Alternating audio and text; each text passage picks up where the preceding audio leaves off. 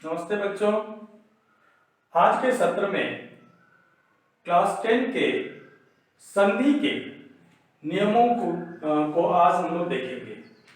बहुत सारे बच्चों ने ये निवेदन किया कि क्लास 10 में जो संधि निर्धारित है सीबीएसई पैटर्न के स्कूलों में, उनको अलग से वीडियो बना करके आप दीजिए सर, ताकि हम कक्षा 10वीं के छात्रों को इससे विशेष लाभ होगा। इसी छात्रों के निवेदन को ध्यान में रखते हुए आज के इस सत्र में मैंने केवल सीबीएसई पैटर्न पर आधारित कक्षा 10वीं के छात्रों के लिए संधि के नियमों और उसके उदाहरणों को बताने जा रहा हूं। कक्षा 10वीं में व्यंजन संधि और विसर्ग संधि दो संधि ही निर्धारित है। व्यंजन संधि में 4 संधि है: तुकागम संधि, मोनुस्वार, वर्गीय प्रथम वर्णानाम तृतीय वर्णे परिवर्तनम और पंचम वर्णे च परिवर्तन। इस प्रकार व्यंजन संधि में केवल 4 संधि है। इन 4 संधियों में से पहली संधि हम लोग अभी देख रहे हैं, तुकागम संधि। इस संधि का नाम च वर्ण का आगम भी है। इसको च वर्ण का आगम भी कहते हैं क्योंकि इसके कार्य में हमको च वर्ण दिखाई पड़ता है। इसका नियम है कि ह्रस्व स्वर के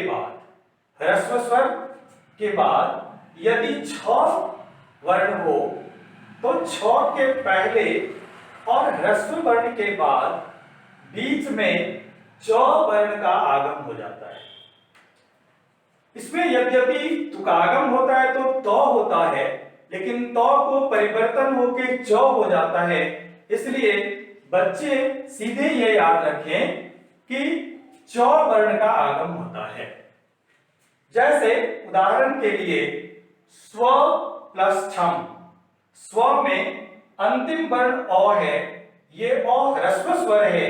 ह्रस्व स्वर 4 हैं, वैसे 5 होते हैं यहाँ पर, लेकिन 4 के उदाहरण ज्यादातर परीक्षा में पूछे जाते हैं। अ, ह्रस्व-ई, ह्रस्व-उ और री। ये यदि प्रथम खंड के अंत में दिखाई पड़े और दूसरे में 6 दिखाई पड़े तो 6 के पहले और प्रथम खंड में जो अंतिम स्वर है उस स्वर के बाद बीच में च वर्ण का आगम हो जाता है। जैसे यहाँ पर अ है और अ के बाद 6 है, अ यहाँ पर ह्रस्व स्वर है तो बीच में यहाँ पर च का आगम हो गया है, तो स्व प्लस छ, इस प्रकार स्वच्छा बनता है। शिव प्लस छाया, शिव में भी व में अ है और छाया में 6 है, तो व वाले अ के बाद और छाया के अ के पहले बीच में च वर्ण का आगम होने के कारण च वर्ण आ गया है। इसलिए शिवच्छाया यह संधि युक्त पद बनता है। इसी प्रकार उ का ह्रस्व-ई का उदाहरण है परि प्लस छेदा। परि में ई ह्रस्व स्वर है, छेदा में 6 है, तो ह्रस्व-ई के बाद 6 होने के कारण अर्थात ह्रस्व स्वर होने के बाद 6 वर्ण होने के कारण बीच में च वर्ण का आगम हुआ है। ये तुकागम संधि है।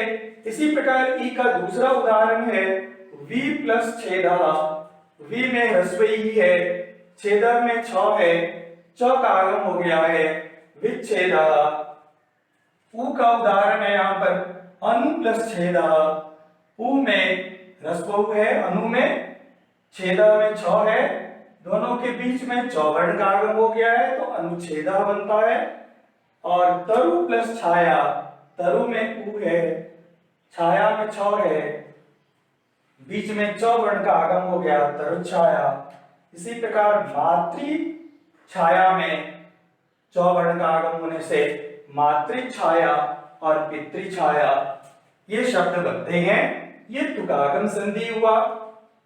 आगम का अर्थ होता है किसी वर्ण का बीच में आ जाना। संधि में वैसे होते हैं क्या कि किसी वर्ण को हटा करके कोई वर्ण आता है, उसको कहते हैं आदेश।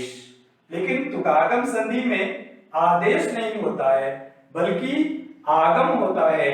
आगम का अर्थ हुआ कि जो वर्ण पहले से हैं वे वर्ण तो रहेंगे ही, किसी वर्ण को हटाएंगे नहीं, कोई वर्ण हटेगा नहीं, बल्कि एक विशेष वर्ण, एक नया वर्ण उसमें और ऐड हो जाएगा, एक नया वर्ण आ जाएगा और जो शब्द बनेगा उसमें च हमको दिखाई पड़ेगा।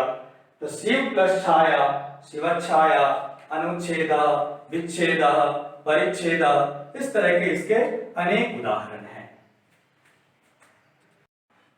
तो कागम संधि का दूसरा नियम है कि दीर्घ स्वर के बाद, दीर्घ स्वर हुआ आ, दीर्घ ई, दीर्घ ऊ और दीर्घ री, इन चार वर्णों के बाद अगर छ आता है तो बीच में च वर्ण का आगम विकल्प से होता है। विकल्प से का मतलब हुआ कि यदि हम चाहें तो बीच में च लगा भी सकते हैं और चाहें तो च को नहीं भी लगा सकते हैं, हमारी इच्छा है, इसी को हम विकल्प कहते हैं। जैसे लक्ष्मी में दीर्घ ई, दीर्घ स्वर है, इसके बाद छ है, तो बीच में जो च का आगम होगा यहाँ पर ये वैकल्पिक होगा, अर्थात चाहे तो हम लगा भी सकते हैं, चाहे तो नहीं भी लगा सकते हैं। यदि हम लगा देंगे तो इसका शब्द बनेगा लक्ष्मी छाया, और नहीं लगाएंगे तो इसका उदाहरण बनेगा लक्ष्मी छाया। इसमें च छ लगेगा, च भी लगेगा, यहाँ पर च का आगम नहीं होगा।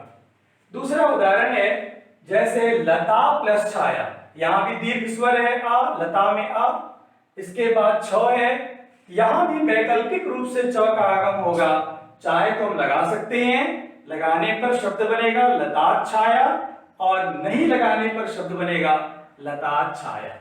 इसी तरह से तुगागम संधि में यदि ह्रस्व स्वर के बाद रहता है तो नित्यागम होता है च का, और यदि दीर्घ स्वर के बाद होता है तो च का आगम विकल्प से होता है। ये व्यंजन संधि का पहला नियम हुआ। दूसरा नियम है मोनुस्वार। इसमें मौ को अनुस्वार में परिवर्तन करते हैं कि मौ को अनुस्वार कब लिखते हैं। यहां पर नियम है कि यदि मौ हलंत के बाद, इस मौ हलंत के बाद यदि कोई व्यंजन वर्ण आ जाए, कोई भी व्यंजन, तो इस मौ को हम अनुस्वार में परिवर्तन कर देते हैं। जैसे विद्यालयम प्लस गच्छति, विद्यालयम में मौ हलंत है और इसके बाद ग ये व्यंजन वर्ण है, तो इस व्यंजन वर्ण के आने के कारण इस मौ को अनुस्वार में बदल दिए हैं, तो शब्द बनता है विद्यालयं गच्छति। इसी तरह से अन्य उदाहरणों में हरिम मौ हलंत है, वंदे व व्यंजन वर्ण है, तो इस मौ को अनुस्वार में परिवर्तन कर दिए, अनुस्वार हो गया हरिं वंदे। अन्य उदाहरण त्वम प्लस करोषि, त्वम में मौ हलंत है, क व्यंजन वर्ण है, व्यंजन वर्ण होने के कारण त्वम के मौ को अनुस्वार में हो गया परिवर्तन, तो शब्द बन गया त्वम करोषि। इसी तरह से उपवनम प्लस गच्छति, उपवनम में मौ हलंत है, गच्छति ग व्यंजन वर्ण है इसके बाद, इसलिए मौ हलंत को अनुस्वार में बदल दिए हैं, तो उपवनम गच्छति।